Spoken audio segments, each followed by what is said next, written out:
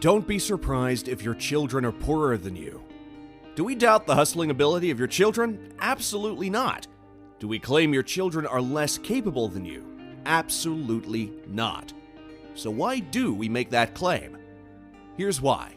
The world and its trends are changing. We are seeing our world be destroyed with our own eyes.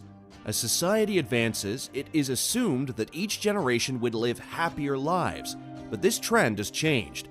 The younger generations of today won't live as well as their parents, and this is something to be frightened of. This is especially the case for the United States, which experienced the largest decline in quality of life over the last decade. Hello everyone, and welcome back to Breaking Broke.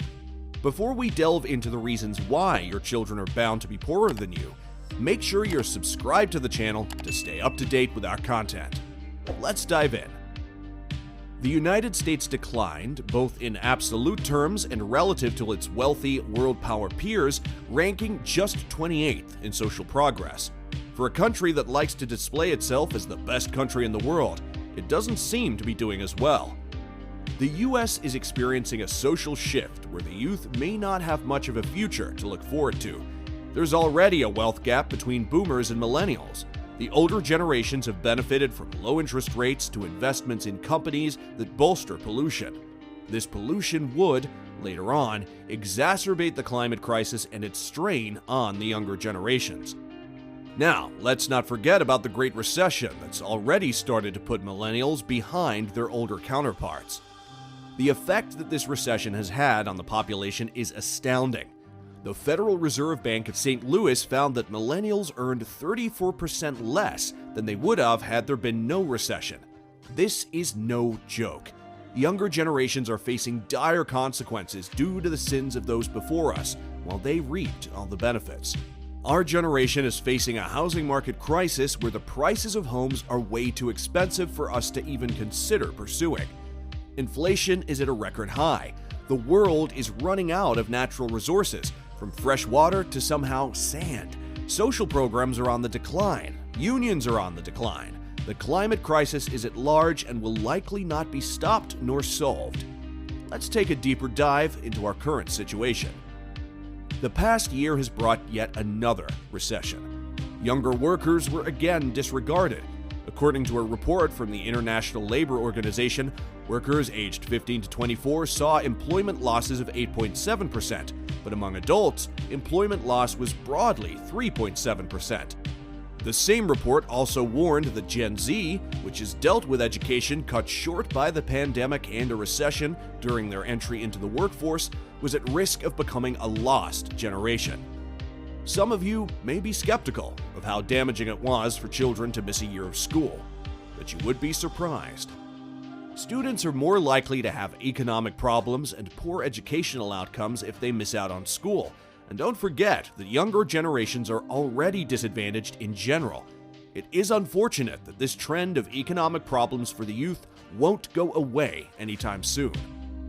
Now, an interesting survey shows just how bad of a situation the US is facing compared to similar counterparts.